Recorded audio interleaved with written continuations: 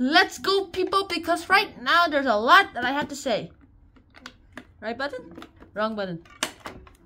Firstly, we're gonna have to talk about Steve SHEINKIN's Time Twisters, Neil Armstrong, and Nat Love, Space Cowboys, and yes, this book is incredibly weirdest for all. First of all, yes, I like space travel myself.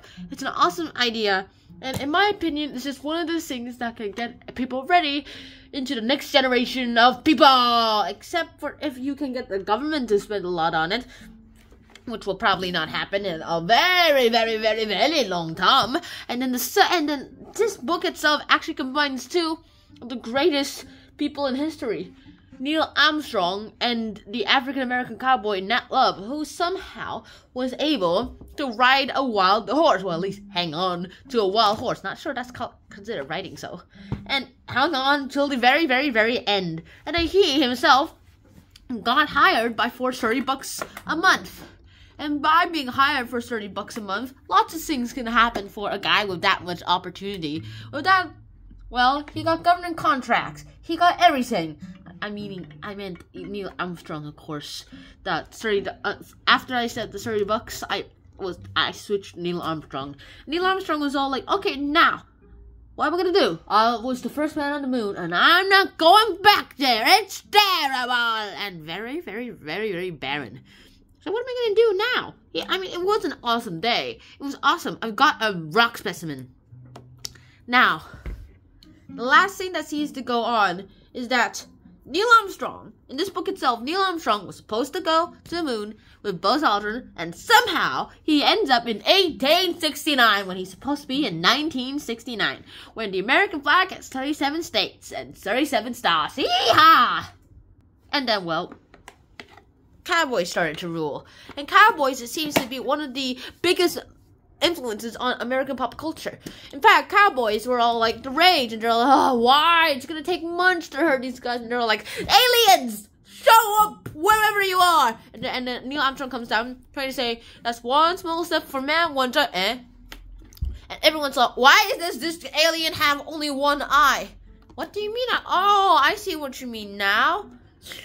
I'm a human. We're astronauts. Don't you know that? What's an astronaut? This isn't the moon, is it? How the heck are you supposed to go to the moon? And of course, with that, they had to explain everything, and they had still no idea how they ended up from 1969 to 1869, which is a terrible thing for them, because now they're not going to the moon, and NASA probably thinks they're dead. Unless they somehow travel back in time. They sing a weird cowboy song, they do that, and then Buzz Aldrin and Nat Love and Neil Armstrong and Amy and Doc all go ahead back to base.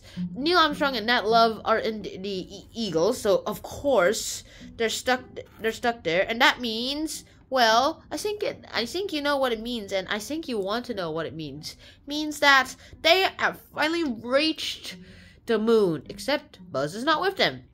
However, as far as anyone else is concerned, Buzz is basically Nat Love.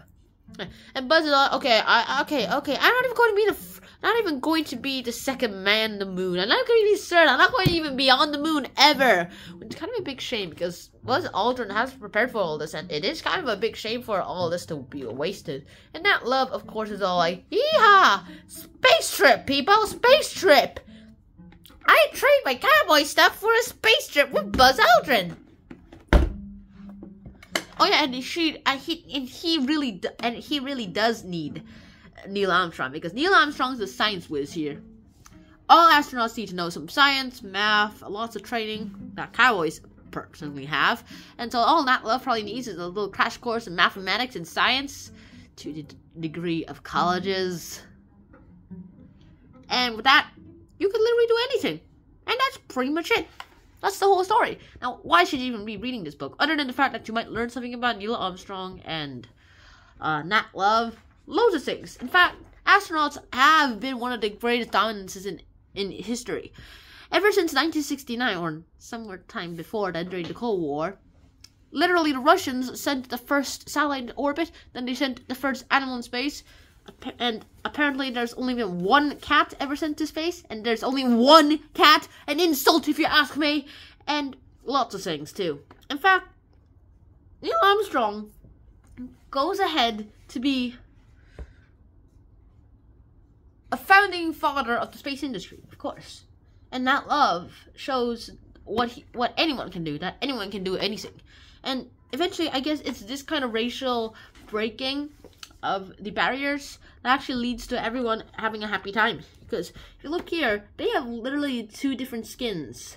Well, colors. In fact, these 2 different skins don't really matter. It doesn't matter if you look like Neil or Nat, or like me. It's just that everyone here looks the same. And that's one lesson we can learn here. Do not be racist. And basically, accept everyone as they are. Except maybe for their personalities. But don't stereotype them. And until next time, people, Shnan out. Peace. And yes, this is what my home looks like.